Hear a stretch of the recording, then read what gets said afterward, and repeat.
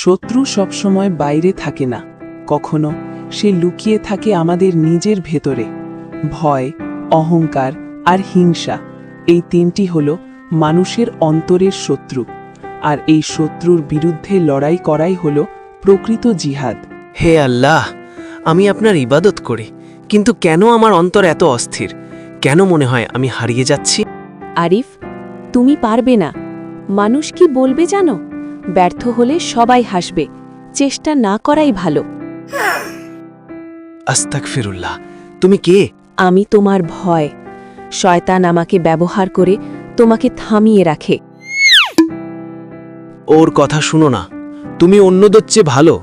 তোমাকে কারো কথা শুনতে হবে না। তুমি ভুল করতেই পারো না। কিন্তু আমি তো মানুষ, ভুল তো হয়। ভুল হলে দোষ অন্যের। ওকে দেখেছ? তোমার চেয়ে কম যোগ্য হয়েও আল্লাহ তাকে কত কিছু দিয়েছেন।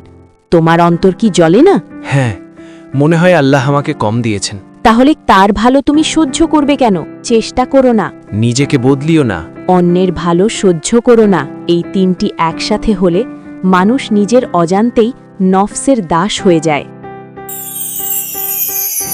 থামো। আপনি কে? আমি তোমার বিবেক। আল্লাহ যে নূর তোমার অন্তরে দিয়েছেন, আমি তারই আওয়াজ।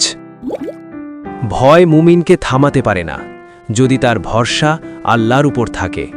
অহংকার শয়তানের গুণ, আর বিনয় মুমিনের অলংকার।